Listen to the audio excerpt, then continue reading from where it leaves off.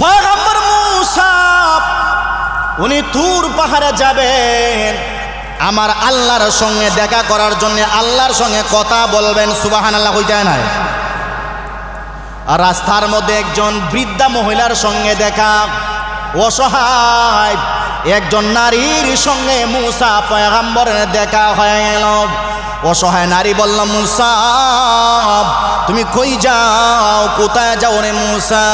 মূসা পয়গম্বর বলেন, এ মহিলা আমি তুর পাহাড়ে যাই, আমার আল্লাহর সঙ্গে কথা বলতে চাই, আমি আমার আল্লাহর সঙ্গে দেখা করতে চাই, আমার আল্লাহর সঙ্গে আমি কথা বলতে চাই, দেখা করতে চাই।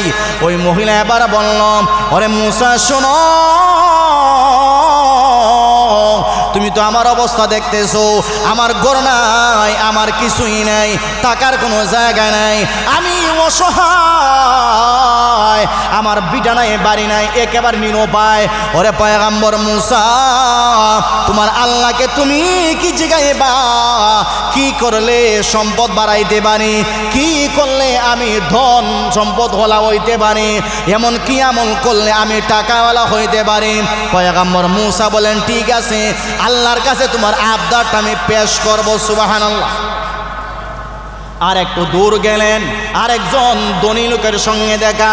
ধনী লোক এবার বলে, পয়গম্বর মূসা তুমি কোথায় যাও, কই যাও রে মূসা? মূসা পয়গম্বর বললেন, আমি তুর পাহাড়ে যাই আল্লাহর সঙ্গে দেখা করার জন্যে, আল্লাহর সঙ্গে আমার সাক্ষাতের জন্যে। ওই ধনী লোকটা এবার বলল, ওরে পয়গম্বর মূসা, আল্লাহকে তুমি জিগাইবাই কি আমল করলে সম্পদ কমে? আমার সম্পদ শুধু বাড়ে আর বাড়ে, আমার সম্পদ রাখার জায়গা নাই, আমার টাকা রাখার জায়গা নাই।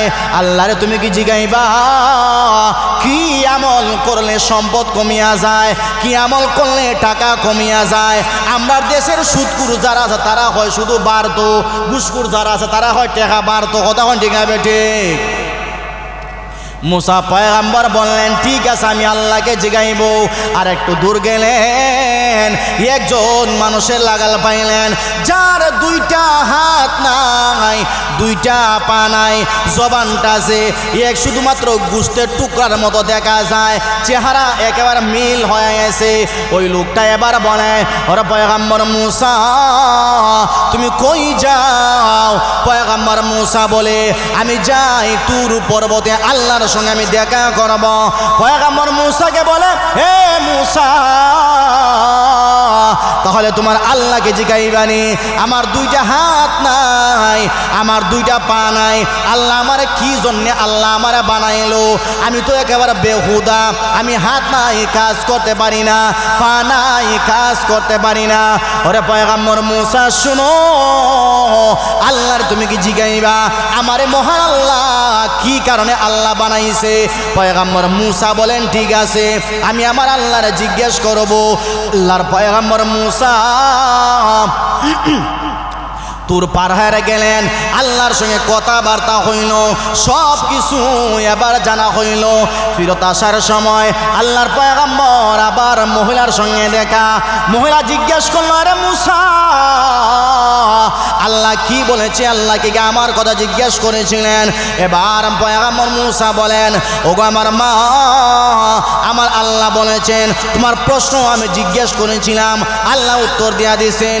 আল্লাহ এবার বলেছেন, তুমি যেই হালতে আসো ওই হালতে বেশি বেশি আল্লাহর শুকরিয়া আদায় করো, আলহামদুলিল্লাহ তুমি পড়বা।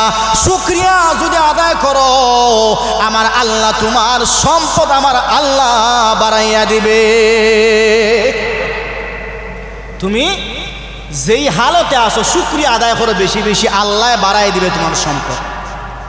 আর একটু সামনে গেলেন, ধনী লোকের সঙ্গে দেখা। ধনী লোক বলল, মূসা আল্লাহকে তুমি জিজ্ঞেস করেছ? হে আল্লাহকে আমি জিজ্ঞেস করলাম। আল্লাহ কি বললেন? পয়গম্বর মূসা এবার বললেন, এ আমার ভাই, আমার আল্লাহ বলেছেন তুমি যেই হালতে আসো তোমাকে আল্লাহ বেশি সম্পদের মালিক বানাইছেন, আলহামদুলিল্লাহ পড়িও না, পানি খাওয়ার সময় আল্লাহর শুকরিয়া আদায় করিও না, খানা খাওয়ার সময় আল্লাহর শুকরিয়া আদায় করিও না, এক কথায় টাকা ব্যয় করার সময় আল্লাহর শুকরিয়া আদায় করিও না। দেখবেন না শুকরি করতে করতে তোমার সম্পদ কমিয়া যায়, সম্পদ কমিয়া যায়।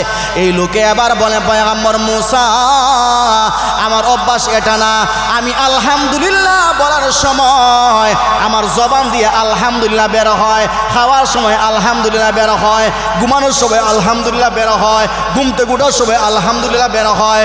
এর জন্য আমার সম্পদ কমে না, আমার সম্পদ শুধু বাড়ে। মুসা হইলেন যে সম্পদ কমাইতে চাও, আল্লাহর শুকরিয়া আদায় করা বাদ দিয়া দিলাম। 3 নাম্বার যেই একজন হাত নাই পা নাই লোকের সঙ্গে দেখা, মুসা পয়গম্বর যখন গেলেন ওই লোকে জিজ্ঞেস করলো, ও মুসা আল্লাহর জিজ্ঞাসলাইনি আমার কিতার লেগে বানাইলো, 2 হাত নাই 2 পাও নাই, আমার আসেনি ভাই, হাত আসেনি পাও আসেনি, হাত পাওয়ার শুকরিয়া দেখার দরকার না, আলহামদুলিল্লাহ হওয়ার দরকার না। মুসা কইলে আল্লাহ কইছেন জাহান্নামের একটা ছিদ্র আছে, ওই ছিদ্ররে হাঁটার লাগে আল্লাহ তোমারে বানাইছে, আলহামদুলিল্লাহ। লোকটাই শূন্য হয় আলহামদুলিল্লাহ, যাই হোক দিলহান শান্তি হইল, আল্লাহ যে আমার একটা কারণে বানাইছে, আলহামদুলিল্লাহ হইতে নেন আপনারা। লোকটাই হয় আলহামদুলিল্লাহ, আমার তো মনে চাইছিল যে আল্লাহ আমার বেহুদা বানাইছে, না আল্লাহ কাউরে বেহুদা বানায় নাই, আল্লাহ নিশ্চয় কোনো না কোনো কাজে বানাইছে না, বানাইছে। ওই লোকটারে মুসা কইলা যে তোমারে ওই জাহান্নামের একটা ছিদ্র আছে, ছিদ্রখান খাটার লাগে আল্লাহ তোমারে বানাইছে, চিন্তা করার দরকার নাই, আলহামদুলিল্লাহ সুবহানাল্লাহ। কাজেই ভাই আমরার হাত আছে, পাও আছে, সব কিছু আল্লাহ দেয়া দিছেন। আল্লাহ যদি জিজ্ঞেস করেন কিয়ামতের মাঠে, বান্দারে আমি তোর হাত দিছিলাম, পা দিছিলাম, আমি আল্লাহর জন্য কি কি করছ, উত্তর দে, হইতে পারবানি? কথা কন্যা কিছু হইতে পারবানি? না, বলার মতো কিচ্ছু নাই। আপনি কি বলবেন আল্লাহর সামনে গিয়ে দাঁড়াইয়া? নামাজ পড়ি নাই, রোজা রাখি নাই, হজ করি নাই, জাকাত দেই নাই, ফুটবল খেলা ঠিকই দেখছি, ব্রাজিলের খেলার সময় 3টার সময় ঠিকই উঠছি, ব্রাজিলের খেলা দেখার সময় 7টার সময় ঠিকই উঠছি, আর্জেন্টিনা খেলা দেখার সময় রাত্রে 1টার সময় ঠিকই ঘুম থেকে উঠছি। আল্লাহ সব কিছু করছে, কিন্তু তোমার কিচ্ছু করি নাই, নামাজ পড়ি নাই। এরকম আছে না নাই? আছে চাচা, আছে না? অনেক আছে। এজন্য ভাই বিশেষ করে যুব সমাজ, অনেক যুবক হল আসুন, চক্কর দিতে শুন না, হারতা শুন, বইয়া বইয়া মোবাইল টিপাইতে শুন, চায়ের দোকানে, হোস্টেলে, রাস্তার মধ্যে, ব্রিজের মধ্যে বইয়া বইয়া, কিন্তু মসজিদে ঢুকার ক্ষমতা আসেনি। কথা কই না কেন? ক্ষমতা দিব খেডায়? কথা কই না খে? আল্লাহ যদি তোমার তৌফিক না দেয় তাহলে কেউ কি ঢুকতে পারে না? আল্লাহ তৌফিক না দিলে মসজিদে কেউ আসতে পারে না, এটা আল্লাহর ঘর। আমরাই যাইছি, এই যে ছোটো ছোটো বাচ্চারা যাইছে, তৌফিকটা দিছে খে? তৌফিক দিছে খে? আল্লাহ দিছে। এই যে এখানে আছে ছোটো ছোটো বাচ্চা, তোমরা সবাই 8টা তুলো, দেখি সবার তুলো। আগামীকালকে জুম্মার নামাজ থাকিয়া, জুম্মার নামাজ, জোহরের নামাজ, আসরের নামাজ, মাগরিবের নামাজ, এশার নামাজ আইবাইনি তোমরা সকলে মসজিদও? ছোটো ছোটো বাচ্চা যারা আছো তোমরা সবাই আইবাইনি? তুমি আইবাইনি বা? তুমি আইবাইনি? এই আইবাইনি? টুফি কই তোমার? তোমার টুফি কই? তোমার টুফি কই? এই বয়সে যদি টুফি মাথাত না দেও, বড় হইলে তো কইবা আমার ফেসার উঠি যায়, হাই প্রেশার, লো প্রেশার, মাথার টুফি দিলে মাথা গরম হয়ে যায়, খাড়ি লিমু, মারি লিমু। টুপি দিবাইনি? হ্যাঁ, ওই তো শোনে ছোটো ছোটো বাচ্চা তো শুনে টুপি দিয়েছে মাথাত, আলহামদুলিল্লাহ। টুপি মাথার দেওয়া কিটা সুন্নত না? টুপি মাথার দেওয়া কিটা সুন্নত। হাত নামাও। তোমরা হইলে আমরা আগামী দিনের ভবিষ্যৎ। এই মসজিদ একদিন তোমাদের দ্বারা ভরপুর হবে, আলহামদুলিল্লাহ হই। এই মসজিদ একদিন তোমাদের দ্বারা ভরপুর হবে, এই মসজিদ একদিন তোমাদের দ্বারা পরিচালিত হবে। এজন্যে আমরা যারা বাবা আছি, মা আছি, এখন থেকে ছোটো ছোটো বাচ্চাদেরকে মসজিদ চিনানো দরকার। না হেও তো নিজে নামাজ আয় না, বাচ্চারও নামাজ আনে না। আমি যদি বেনামাজি ওই আমার ফাঁকি নামাজি গো, আমি মসজিদ চিনি না। জুম্মাবারে একদিন আইয়া একবারে ইমাম সাহেব যখন ফাজ কুরুনি আজ কুরুকুম খন, এটা তো সকলের মুখস্থ হয়ে গেছি কখন সারা বাংলাদেশও। এই সময় খুতবা শেষ উঠি দেখিয়া, এর আগে হইতে পারে না ইমাম সাহেব কোন হালে দি যায়, কোন খেতে দি যারা, কোন রৌডি দি যারা, যখন হাজ কুরুনি আজ কুরুনি শেষ খুতবা বা উঠি দাও ওই সময় আইব দৌড় আইব। কিছু কিছু ফুরা কপাইলে আছে দেখবেন ঈদের নামাজ খানো খায় না, আছে না নাই? ইমা সাহেবে সালাম ফিরাইলি তুমি এখন উজু করে, তোরা কোন শয়তানে দৌড়ে রাসিল বাড়ি? ঈদের নামাজও খায় না। 27 রাত ঈদও হে 20 রাকাত তারাবির নামাজ পড়ে না। তারাবির নামাজ আইলে দেখা যায় কি ফতুয়া আরম্ভ হয়। বাপ বারে বাপ, আমার মসজিদও ও শুরু শুরু ইগুনটেরে দেখতাম ওখানে হাত বাঁধছে, আমি আবার পরে মা ইদানিং দেখি অমনে বান্ধে, ও বুকুর উপরে বান্ধে। আমি নিলাম, আমি বললাম কিন্তু মহিলা ওইলা গুন্দি। ওখানে আমি ফিতনা তো একটা জিনিস, কারণ জিকাইলে ফিতনা বাজে জীবন, ফিতনা বাজে না। কারণ বর্তমানে এমন জমানা, মেসাব থেকে বড় বড় মুফতি হল আসুন, আসুন না? মেসাব হল থেকে বড় বড় মুফতি হয়েছে। আমরা মোবাইলে দেখে লিছি আপনার নামাজ ঠিক হয় না ভাই। তাই আমি মাঝে মাঝে হয়তো মোবাইলে না দাঁড় করাইলে সামনে, মোবাইলে না দাঁড় হলে সামনে এরা ইমামতি করো, তুমিও দিকে দেখে নামাজ চলি বাসাস। মেসাব রাখার দরকার থাকি যা, মেসাব রাখার দরকার আছে নি? মেসাব রাখার দরকার নাই তো, মোবাইল মেসাব, তুমি মোবাইল থেকে ফটো দিলে অনেক বিষয়গুলো আছে। এজন্য ভাই বিশেষ করে আলহামদুলিল্লাহ শুকরিয়া আদায় করি। আপনারা যতজনেই আইসুন আলহামদুলিল্লাহ।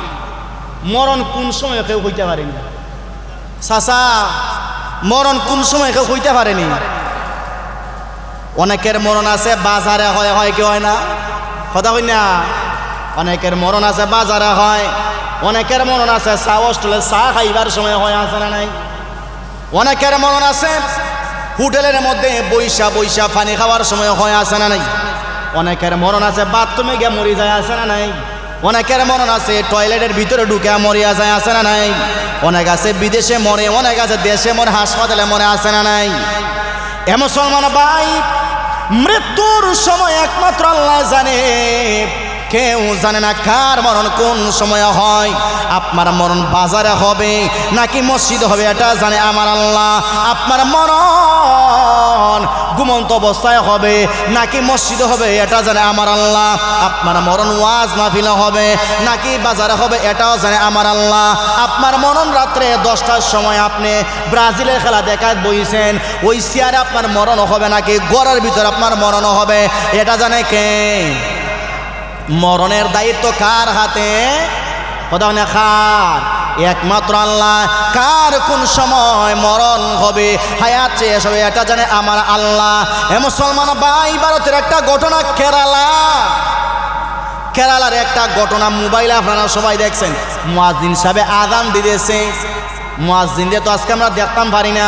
ওই মুয়াজ্জিন, মসজিদ পরিষ্কার খানে বালু খানে, এরকম হয় কি হয় না?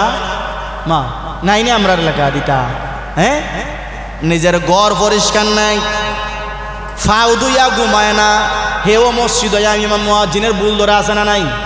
কথা হই না? দাঁত গোসায় ভাতও খায় না, মুখ ধুয়ে ভাত খায় না, হেও মসজিদে মুয়াজ্জিনের ভুল ধরে আছে না নাই? মসজিদ পরিষ্কার সব আছে না নাই?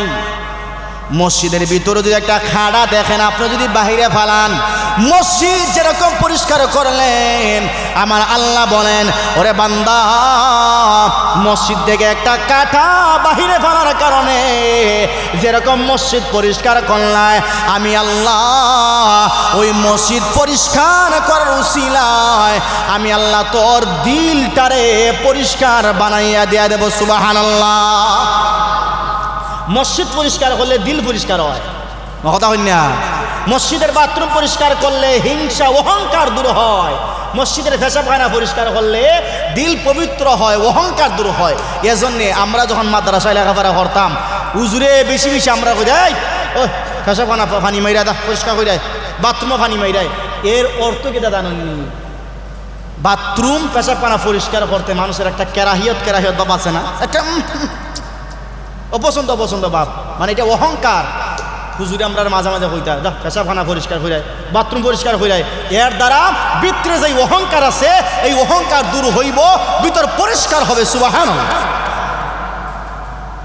এজন্য মুয়াজ্জিন সাহেবরা, ইমাম সাহেবরা মসজিদ পরিষ্কার করে, ওদের ভিতরে অহংকার নাই, হিংসা নাই, এরার ভিতর পরিষ্কার। এজন্য 8,000 টাকা বেতন চাকরি করে, আলহামদুলিল্লাহ হইতে নাইনি। এজন্য তার সংসারও আল্লাহ সুন্দর করে চালাইতেছে।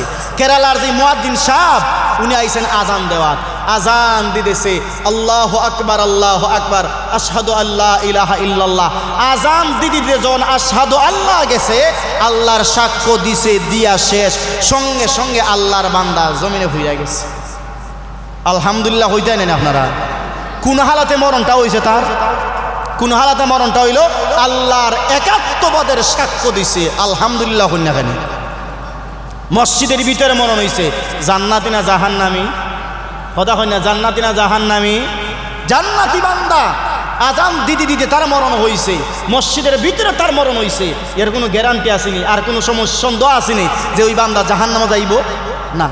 এজন্যে আমরা যতটুকু সময় পারি, আমরা জোহরের সময় মসজিদ সময় দিতাম, আসরের সময় মসজিদের সময় দিতাম, মাগরিবের সময় মসজিদের সময় দিতাম, ইয়াশারের সময়, ফজরের সময়।